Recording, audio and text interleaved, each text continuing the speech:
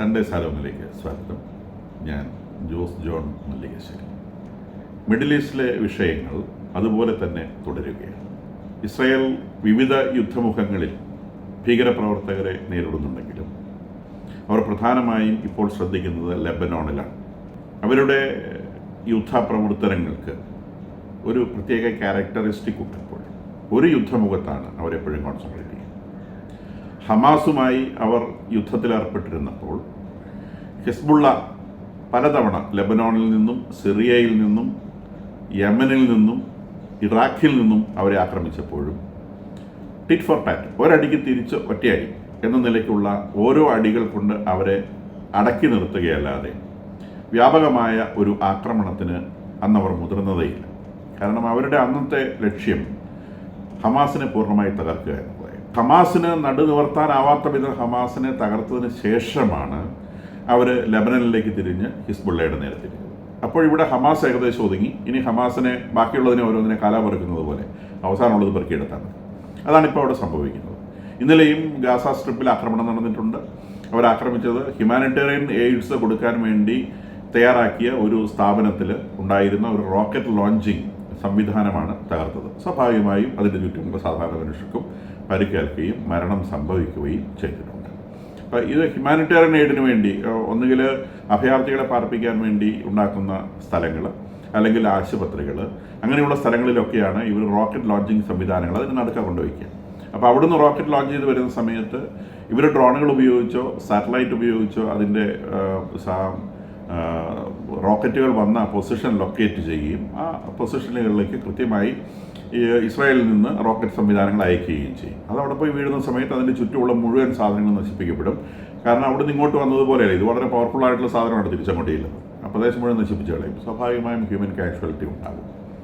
അതവിടെ നടക്കും. ലെബനോണിൽ വളരെ കൃത്യമായ ഓപ്പറേഷൻസ് ഉണ്ട്, വളരെ എലാബറേറ്റ് ഓപ്പറേഷൻസാണ് നടക്കുന്നത്. പ്രധാനമായിട്ടും ഹിസ്ബുള്ള അവരുടെ ഒളിത്താവളങ്ങൾ തയ്യാറാക്കിയിട്ടുള്ള ടണലുകളെയാണ് ഇവർ പ്രധാനമായും സെർച്ച് ചെയ്യുന്നത്. ഹമാസിൻ്റെ ടണലുകൾ പോലെയല്ല, ഹിസ്ബുള്ളയുടെ ടണലുകൾ വളരെ സോഫിസ്റ്റിക്കേറ്റഡ് ആണ്. അവരുടെ ടണലുകൾക്കകത്ത് പഞ്ചനക്ഷത്ര സൗകര്യങ്ങളോടെ താമസിക്കാനുള്ള സംവിധാനങ്ങളുണ്ട് എന്നാണ് പറയുന്നത്. അത് എത്ര പേർക്ക് വേണമെങ്കിലും മാസങ്ങളോളം താമസിക്കാനുള്ള വലിയ വലിയ സൗകര്യങ്ങൾ, പഞ്ചനക്ഷത്ര സൗകര്യങ്ങളാണ് ഇതിനകത്ത് ഒരുക്കിയിട്ടുള്ളത്. അപ്പം അത്തരം ടണലുകൾ അത് സെക്യൂറായിട്ട് കുറേ കാലം അതിനുള്ളിൽ ഇരിക്കാമെന്ന് പ്രതീക്ഷിച്ചുണ്ടാക്കിയതായിരിക്കാനാണ് സാധ്യത. എന്തായാലും ആ ടണലുകൾ ഓരോന്നോരോന്നായി കണ്ടുപിടിച്ച് അത് തകർത്ത് കളയുകയും പിന്നീട് ആരോപണങ്ങളായിട്ട് വരുന്നത് അവരതിനകത്ത് വിഷവാതകം നിറച്ച് അതിൻ്റെ രണ്ട് എൻഡും കോൺക്രീറ്റ് ഉപയോഗിച്ച് ക്ലോസ് ചെയ്ത് കളയുന്നു എന്നുള്ളതാണ്. വിഷവാതകം നിറച്ചിട്ട് കോൺക്രീറ്റ് ഉപയോഗിച്ച് ക്ലോസ് ചെയ്ത് കളയും. ഇത് IDF ഒരിക്കലും കൺഫേം ചെയ്യാത്തൊരു ന്യൂസാണ്. പക്ഷേ ഈ ഓൺലൈൻ ചാനലൊക്കെ നടത്തുന്ന പല ആളുകളും പറയുന്നത് അവിടെ അങ്ങനെ ഒരു കാര്യം നടക്കുന്നുണ്ടെന്നാണ്. വെസ്റ്റേൺ ചാനൽസിലും ഇത്തരം ന്യൂസുകൾ വരുന്നുണ്ട്. ഈ ടണലുകളിൽ വിഷവാതകം നിറച്ച ശേഷം അതിൻ്റെ എൻഡ് ഹെവി കോൺക്രീറ്റുകൾ ഉപയോഗിച്ച്, വലിയ തിക്നെസ്സിലെ കോൺക്രീറ്റുകൾ ഉപയോഗിച്ച് ക്ലോസ് ചെയ്ത് കളയാണ്. അപ്പോൾ അതിനകത്ത് ആരൊക്കെ ഉണ്ടെന്നോ എത്ര പേരുണ്ടെന്നോ ഒന്നും യാതൊരു നമ്പറിങ്ങും ഇല്ല. അതിനകത്ത് ആയുധങ്ങളുണ്ടോ ആളുകളുണ്ടോ നത്തിങ്. അവർ അതങ്ങ് അടച്ചു കളയാണ്. പെർമനൻ്റായിട്ട് സീൽ ചെയ്യണം. പുറത്തേക്ക് ഏരിയുടെ മാള അടച്ച് വയ്ക്കുന്നത് പോലെ മാളങ്ങ് അടച്ച് വയ്ക്കണം. പുറത്തേക്ക് വരാൻ പറ്റില്ല. അതിനകത്ത് കിടന്ന് ചത്തു പോകത്തക്ക രീതിയിലുള്ള സംവിധാനങ്ങൾ ഉണ്ടാക്കുന്നു. ഇവിടെ അത് കഴിഞ്ഞ ദിവസം അവർ കണ്ടുപിടിച്ച ഒരു ടണൽ, അത് സ്റ്റാർട്ട് ചെയ്യുന്നത് ഒരു അബാൻഡൻഡ് സെമിത്തേരിയിൽ നിന്നാണ്. നമുക്കറിയാവുന്ന പോലെ ലെബനോൺ ഒരു ക്രിസ്ത്യൻ രാജ്യമായിരുന്നു. അത് പിന്നീട് ഇസ്ലാമിക് ഇൻവാഷന് ശേഷം ആളുകൾ അവിടെ നിന്ന് ഒഴിഞ്ഞു പോയതാണ്. അപ്പോൾ അങ്ങനെ ഒഴിഞ്ഞു പോയ സമയത്ത് നിരവധി പള്ളികളും സെമിത്തേരികളൊക്കെ അബാൻഡൻ ചെയ്യപ്പെട്ടു പോയിട്ടുണ്ട്. പള്ളികളൊക്കെ പലപ്പോഴും മോസ്കുകളായി മാറിയെങ്കിലും സെമിത്തേരിക്കകത്ത് കയറാൻ പേടിയായതുകൊണ്ട് അവിടെ ബാക്കി വെച്ചിട്ടുണ്ട്.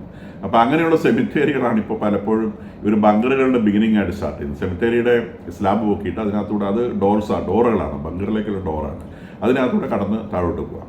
അപ്പോൾ അങ്ങനെയുള്ള സംവിധാനങ്ങൾ. കൂടാതെ സെമിത്തേരിയിൽ സ്ലാബിൻ്റെ അടിയിൽ ശവക്കല്ലറകളിലുള്ള ആയുധങ്ങൾ സൂക്ഷിച്ച് വയ്ക്കുക, ഇങ്ങനത്തെ പരിപാടികളൊക്കെ നടത്തുന്നുണ്ട്. ഇതെല്ലാം ഇസ്രായേൽ ഗ്രൗണ്ട് ഫോഴ്സ് ചെന്ന് കണ്ടുപിടിച്ച് തകർത്ത് കളയുന്നുമുണ്ട്. കൂടാതെ ഈ ഹിസ്ബുള്ള എന്ന് പറയുന്നത് വളരെ വലിയൊരു സംവിധാനമാണ്. നമ്മൾ വിചാരിക്കുന്നത് പോലെ കുറച്ച് 10,000-20,000 പട്ടാളക്കാർ മാത്രമല്ല, അവർക്കതിന് ഒത്തിരി ബ്രാഞ്ചസ് ഉണ്ട്. നമ്മുടെ നാട്ടിലൊക്കെ തന്നെ ടെററിസ്റ്റ് ഓർഗനൈസേഷൻസ് വർക്ക് ചെയ്യുന്നത് പോലെ ഒത്തിരി ഹ്യൂമാനിറ്റേറിയൻ സംഘടനകളായി. സാധാരണ മനുഷ്യരെ സഹായിക്കാൻ വേണ്ടി കഞ്ഞി കൊടുക്കുക, ചോറ് കൊടുക്കുക, അല്ലെങ്കിൽ ഫ്രീ ആയിട്ട് വളരെ പലിശ കുറച്ച് പൈസ കൊടുക്കുക, ഒത്തിരി ബ്ലഡ് കൊടുക്കുക, പിന്നെ ഒത്തിരി സംവിധാനങ്ങൾ. അപ്പം നമ്മുടെ സൊസൈറ്റിയിൽ അവർ മൂവ് ചെയ്ത രീതി നമ്മൾ കണ്ടാൽ മതി. പിന്നെ ആളുകൾക്ക് അവാർഡ് കൊടുക്കുക, അവാർഡ് കൊടുത്ത ആളുകളെ പരിചയപ്പെട്ട് പിന്നെ ലവ് ജിഹാദ് നടത്തുക, ഇങ്ങനത്തെ പല ടെക്നിക്സും ഇത് അവിടെ ഈ ലോകത്തെല്ലായിടത്തും ഇവർ റാഡിക്കൽ ഇസ്ലാമിസ്റ്റുകൾ ചെയ്യുന്ന ടെക്നിക്കുകളാണ്. സൊസൈറ്റിയിലെ വളരെ നിഷ്കളങ്കരെ പോലെ ഇടപെടുക. അപ്പോൾ ഇതുപോലെ അവർ പിന്നെ ലെബനോണിൽ ഇടപെടുന്ന ഒരു രീതിയുണ്ട്. അവർക്കൊരു വളരെ വ്യാപകമായൊരു ബാങ്കിങ് സിസ്റ്റം ഉണ്ട്. ഏറ്റവും അറിയേണ്ട കാര്യം, ഗവൺമെൻറ് കഴിഞ്ഞാൽ പിന്നെ ലെബനോണിൽ ഏറ്റവും അധികം തൊഴിലവസരങ്ങൾ ഉണ്ടാക്കുന്നത് ഹെസ്ബുള്ളയാണ് എന്നുള്ളതാണ്. ഗവൺമെൻറ്റിന് ഏകദേശം ഗവൺമെൻറ് ഉണ്ടാക്കുന്നത്ര തൊഴിലവസരങ്ങൾ ഹെസ്ബുള്ള ഉണ്ടാക്കുന്നുണ്ട്. തൊഴിലവസരം പട്ടാളക്കാരനാവാനുള്ള തൊഴിലവസരമല്ല, സാധാരണ തൊഴിലവസരം.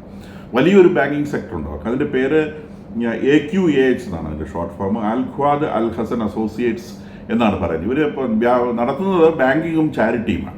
പക്ഷേ ഇത് ഹിസ്ബുള്ളയുടെ ഏറ്റവും വലിയ ഫണ്ടിങ് ഏജൻസിയാണ്. ഇതിലൂടെയാണ് ഹിസ്ബുള്ളയ്ക്കുള്ള പണം വരുന്നതും ആ പണം അവർ ഡിസ്ട്രിബ്യൂട്ട് ചെയ്യുന്നതും ഈ സംവിധാനത്തിലൂടെയാണ്. അപ്പോൾ അതിൻ്റെ 200ഓളം ബ്രാഞ്ച് ഓഫീസുകൾ പിന്നെ IDF മിസൈൽ അയച്ച് നശിപ്പിച്ചു കളഞ്ഞു. ബ്രാഞ്ച് ഓഫീസുകൾ മിസൈൽ അയച്ച് നയിക്കുക എന്ന് പറഞ്ഞാൽ ബ്രാഞ്ച് ഓഫീസും പ്രവർത്തിക്കുന്ന ഏതെങ്കിലും ഒരു ബിൽഡിങ്ങിലായിരിക്കും.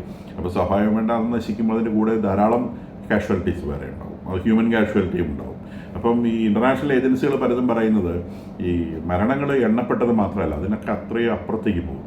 അപ്പോൾ നമ്മളൊരു സമൂഹത്തിൽ ഒരു വിഷവിത്ത് കടന്നു കയറിയാൽ ആ വിഷവിത്ത് ഒരു സമൂഹത്തിനുണ്ടാക്കുന്ന ദൂഷ്യം എത്ര വ്യാപകമാണെന്ന് മനസ്സിലാക്കണം. സാധാരണ മനുഷ്യർ ഇതിനെക്കുറിച്ച് ഒരു ധാരണയില്ലാത്ത ആളല്ല. ഈ ബാങ്കിൽ നിന്ന് വർക്ക് ചെയ്യുന്ന ആൾക്കൊന്നും ഇതെന്താണെന്നോ ഇതിൻ്റെ ഓപ്പറേഷൻ എന്താണെന്നോ ഒന്നും ഒരു ധാരണ ഉണ്ടാവില്ല.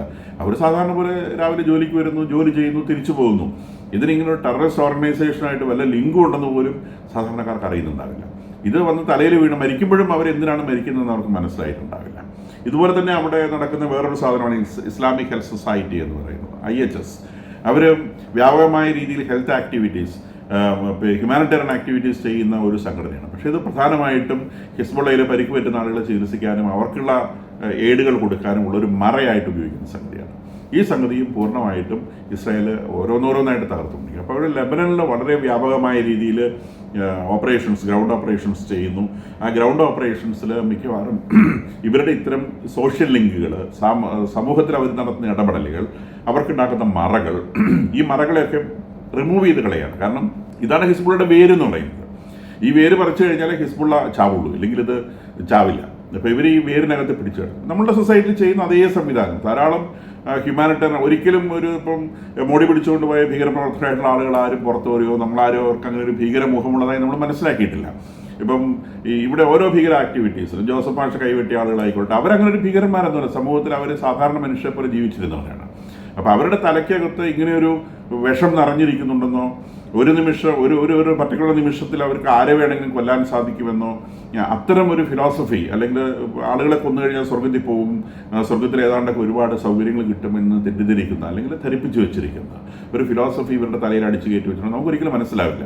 അപ്പോൾ സാധാരണ സൊസൈറ്റിയിൽ മൂവ് ചെയ്യുന്ന, ഇതിപ്പം ജാതി മതഭേദം തന്നെയാണ് പറഞ്ഞത്, ഏതെങ്കിലും ഒരു മതക്കാരുടെ വിഷയമല്ല, ഇത്തരം ഒരു ഭ്രാന്തൻ ഫിലോസഫി തലയിൽ കൊണ്ടുവരുന്നത് എപ്പോഴും അവരതിനകത്തായിരിക്കും. പക്ഷേ വേറെ ആർക്കും ഇത് കണ്ടാലും മനസ്സിലാവുകയില്ല. അപ്പോൾ ഇതേ കാര്യം എല്ലാ സൊസൈറ്റികളിലും ഇവർ റാഡിക്കൽ ഇസ്ലാമിസ്റ്റുകൾ വർക്ക് ചെയ്യുന്ന എല്ലാ സൊസൈറ്റികളിലും ഇവരിത് വർക്ക് ചെയ്യുന്നുണ്ട്. അപ്പോൾ സാധാരണ ആളുകൾ അറിയാതെ ഇതിനകത്ത് പോയിട്ട് പെട്ടുപോവുകയാണ്. ഈ ഗാസ സ്ട്രിപ്പിൽ സംഭവിക്കുന്ന ഇതേ കാര്യം തന്നെ. ഹമാസിൻ്റെ പട്ടാളക്കാർ അവരെ വിശ്വസിച്ച് ഇവരുടെ വിചാരിച്ച സേഫ്റ്റി ആണെന്നാണ്. വാസ്തവത്തിൽ ഇപ്പോൾ ആ സ്ഥലം തന്നെ നഷ്ടപ്പെട്ടു പോയി എന്നുള്ളതാണ് അവസ്ഥ. അവിടെ നിന്ന് മുഴുവൻ ആളുകളെയും ഒഴിപ്പിച്ച് ഇപ്പോൾ കേൾക്കുന്ന പ്രധാനപ്പെട്ട കാര്യങ്ങൾ, ഗാസ സ്ട്രിപ്പ് അങ്ങനെ തന്നെ ഇസ്രായേൽ അനക്സ് ചെയ്ത് കളയുന്നതാണ്. അതായത് ഗാസയിലുള്ള 10-25 ലക്ഷം മനുഷ്യർ, ഇവരെല്ലാവരും അവിടെ താമസിച്ചിരുന്നവരാണ്, അവിടെ ഭക്ഷണം കഴിച്ചിരുന്നവർ, ജീവിക്കുന്നവരാണ്. അവർക്ക് കിടപ്പാടം നഷ്ടപ്പെട്ടു എന്നല്ല, അവർക്ക് ഭൂമിയിൽ അഡ്രസ്സ് ഇല്ലാതായി പോകുന്നു എന്നുള്ളതാണ്. അപ്പം ഭൂമിയിൽ അഡ്രസ്സ് ഇല്ലാതാക്കുന്ന ഒരു 25 ലക്ഷം മനുഷ്യരെ ഭൂമിയിൽ അഡ്രസ്സ് ഇല്ലാതാക്കുന്ന തരത്തിലുള്ള ഒരു ആക്ടിവിറ്റിയാണ് അന്ന് ഹമാസ് ഇസ്രായേലിലേക്ക് ഇരച്ചു കയറിയ സമയത്ത് അവരുണ്ടാക്കി വെച്ചത്. അവരെ സംബന്ധിച്ച് ഇപ്പോൾ 1200 പേരെ കൊന്നു എന്നുള്ളത് വലിയൊരു കാര്യമായിട്ട് വേണേൽ അവർക്ക് പറയാം.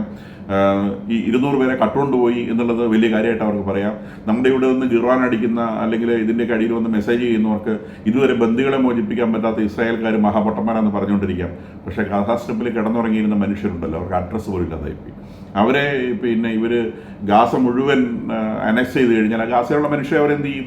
അവർ തൂത്തുകുട്ടി അവിടെ നിന്ന് വലിച്ചെറിഞ്ഞു കളയും. പിന്നെ അവരെവിടെ പോകും? ലോകത്തിൽ ഒരു രാജ്യങ്ങളും അവരെ സ്വീകരിക്കുകയില്ല. പിന്നെ അവർക്ക് വേണമെങ്കിൽ ഇടിച്ചു കയറി ചെല്ലാൻ പറ്റുന്നത് ലെബനോണിലോ അല്ലെങ്കിൽ സിറിയയിലോ വേണം. ലെബനോണിൽ കയറാൻ എന്തായാലും IDF സമ്മതിക്കില്ല. കാരണം ലെബനോൺ അവിടെ പൂർണ്ണമായിട്ട് പാക്ക് ചെയ്യും. പിന്നെയും ചെറിയ ഗ്യാപ്പ് ഉണ്ടാകുന്നത് സിറിയയിലാണ്. സിറിയയെ സംബന്ധിച്ച് അവർ ഒരിക്കലും വെൽക്കം ചെയ്യല, ഒരു രാജ്യത്ത് ഒരു വെൽക്കമബിൾ അല്ല. അപ്പം മാത്രമല്ല എങ്ങനെ പോകും, ഏത് വഴിയെ പോകും, കയ്യിൽ പൈസ ഇല്ല, ഒന്നുമില്ല. അപ്പോൾ അങ്ങനത്തെ ഒരു സാഹചര്യത്തിൽ അഭയാർത്ഥിയാവുക എന്ന് പറഞ്ഞാൽ മരണത്തെക്കാൾ ഭീകരമായ സിറ്റുവേഷനാണ്. മരിച്ചവരെ സംബന്ധിച്ച് മരിച്ചുപോയി എന്നുള്ളതാണ്.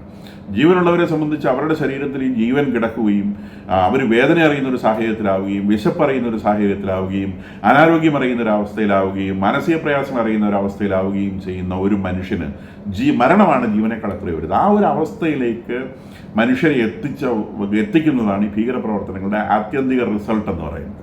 അതിലിപ്പോൾ ഈ അടുത്ത് വരുന്ന ഇറാനിൽ നിന്ന് വരുന്ന റെസ്പോൺസുകൾ ശ്രദ്ധിച്ചാൽ നമുക്ക് മനസ്സിലാവും.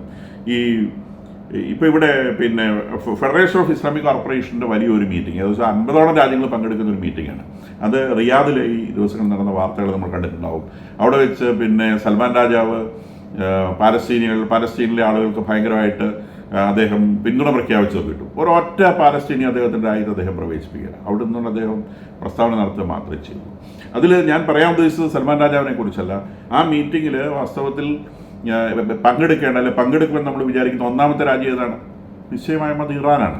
കാരണം അവർക്കിന്ന് ഈ ഇസ്ലാമിക് സൊസൈറ്റിയുടെ വലിയ സപ്പോർട്ട് ആവശ്യമുണ്ട്. പക്ഷേ ആ രാജ്യത്തിൻ്റെ പ്രസിഡന്റ് ഈ പറഞ്ഞ മീറ്റിങ്ങിന് പോയില്ല. ഇദ്ദേഹം സൽമാൻ രാജാവിനെ വിളിച്ച് എനിക്ക് വരാൻ കഴിയില്ല എന്ന് അറിയിച്ചത് ഏതാണ്ട് സൽമാൻ രാജാവും ഇദ്ദേഹം കൂടി അമേരിക്കനെ കൊല്ലാൻ പോവുകയാണെന്നും പറഞ്ഞുകൊണ്ട് ഇവിടെ കുറേ ആൾക്കാർ റിപ്പോർട്ട് ചെയ്തു. വാസ്തവത്തിൽ അതല്ല അദ്ദേഹം പറഞ്ഞത്, എനിക്ക് വരാൻ കഴിയില്ല എന്നാണ് പറഞ്ഞത്. അദ്ദേഹം എന്തുകൊണ്ടായിരിക്കും പോകാതിരുന്നത്? കോമൺ സെൻസുള്ള ആർക്ക് ഊഹിക്കാം അദ്ദേഹത്തിന്റെ രാജ്യത്ത് നിന്ന് പുറത്തു പോകാൻ പറ്റാത്ത എന്തോ ഒരു സാഹചര്യം അവിടെ നിലവിലുണ്ട്. എന്ന് പറഞ്ഞാൽ ഇറാനിൽ വലിയ ആഭ്യന്തര പ്രശ്നങ്ങൾ നടക്കുകയാണ്. ഇറാനിലെ ആഭ്യന്തര പ്രശ്നങ്ങൾ കാരണം ഇറാനിയൻ പ്രസിഡന്റിന് അവിടെ നിന്ന് പുറത്തു പോകാൻ സാധിക്കുന്നില്ല. അപ്പോൾ അദ്ദേഹത്തോട് പത്രക്കാർ ഈ ദിവസങ്ങളിൽ മിനിഞ്ഞാന്നാണ് ഈ ചോദ്യം ഉണ്ടായത്. അദ്ദേഹത്തോട് ചോദിച്ചു, അമേരിക്കയോടുള്ള നിങ്ങളുടെ ആറ്റിറ്റ്യൂഡ് എന്താണ്? അപ്പോൾ അദ്ദേഹം പറഞ്ഞതാണ്, നമ്മളുടെ സുഹൃത്തുക്കളെ പിന്നെ സഹാനുഭൂതിയോടെ വീക്ഷിക്കണം, ശത്രുക്കളെ സഹിഷ്ണുതയോടെ കൈകാര്യം ചെയ്യണം. അവർ സഹിഷ്ണുതയുടെ ഭാഷ സംസാരിച്ചു തുടങ്ങി. സുഹൃത്തുക്കളെ സുഹൃത്ത് എന്നുകൊണ്ട് ഉദ്ദേശിച്ചത് ഈ ഹെസ്ബുള്ളയും ഹമാസും ഒക്കെയാണ്. അവരെ നമ്മൾ സഹാനുഭൂതിയോടെ നോക്കണം. നേരെ മറിച്ച് ശത്രുക്കളെ സഹിഷ്ണുതയോടെ കൈകാര്യം ചെയ്യണം. ഒരു 4 ദിവസത്തിനകത്ത് ഇറാനിൽ നിന്ന് ഒരൊറ്റ പ്രസ്താവന പോലും പുറത്തു വന്നിട്ടില്ല. ഖമനയുടെ പേരിലാവട്ടെ, ഖമനയുടെ എയ്ഡ്സ് ആയിട്ടുള്ള ആളുകളുടെ ഭാഗത്തു നിന്നായിക്കൊള്ളട്ടെ, ഒരൊറ്റ പ്രസ്താവന ഇറാനിൽ നിന്ന് പുറത്തു വന്നിട്ടില്ല. കാരണം ഇവരെയൊക്കെ ആ സ്ഥാനങ്ങളിൽ നിന്ന് മാറ്റുകയോ, ഖമനൈ ഹൗസ് അറസ്റ്റിലായി എന്ന് പറയുന്നവരുണ്ട്, ഖമനൈ മരിച്ചുപോയി എന്ന് പറയുന്നവരുണ്ട്. അദ്ദേഹത്തിൻ്റെ അവസ്ഥ എന്താണെന്ന് ആർക്കും അറിയാൻ പാടില്ല. കാരണം ആ 26-ാം തീയതി ഏർലി മോർണിംഗുള്ള അറ്റാക്കിന് ശേഷം ഖമനയെ ലോകത്തിലാരും കണ്ടിട്ടില്ല. അദ്ദേഹത്തിൻ്റെതായ ചില പ്രസ്താവനകൾ എക്സ് പ്ലാറ്റ്ഫോമിലൊക്കെ വന്നിട്ടുള്ളതല്ലാതെ അദ്ദേഹത്തെ ആരും കണ്ടിട്ടില്ല. അപ്പം ഈ അദ്ദേഹത്തിൻ്റെ ആളുകൾ കുറച്ച് ദിവസത്തേക്ക് ബഹളം ഉണ്ടാക്കിക്കൊണ്ടിരുന്നത്. 4 ദിവസം മുമ്പ് വരെ പട്ടാളക്കാരും ഒക്കെ പറയുന്നുണ്ട് ഞങ്ങൾ ഇസ്രായേലിനെ പൊടിക്കും തിന്നുന്നു. ഇപ്പോൾ ഒരു മനുഷ്യന് അക്ഷരം മിണ്ടുന്നില്ല. കാരണം മിണ്ടാനായിട്ട് അവിടെ ഒന്നുമില്ല. അത് ഇറാൻ പ്രസിഡന്റിന് നല്ല ബോധമുണ്ട്, അദ്ദേഹത്തിന് അറിയാം. So he use the word forbearance. Forbearance എന്ന് പറഞ്ഞാൽ മലയാളത്തിൽ സഹിഷ്ണുത എന്നാണ് അർത്ഥം. അപ്പം ഇസ്രായേലിനെയും അമേരിക്കയും സഹിഷ്ണുതയോടെ കൈകാര്യം ചെയ്യണം എന്ന് പറഞ്ഞാൽ സഹിക്കണം എന്നാണ് അർത്ഥം. നമ്മളെ കൊണ്ടൊന്നും ചെയ്യാൻ പറ്റിയെന്ന അർത്ഥം. ഇപ്പോൾ ഏകദേശം എല്ലാ കാലുകളും നഷ്ടപ്പെട്ടു പോയ ഒരു 8-കാരിയുടെ അവസ്ഥയിലാണ് ഇറാൻ. കടിക്കാനുള്ള വേഷമുണ്ട്, പക്ഷേ മൂവ് ചെയ്യാൻ കാലില്ല.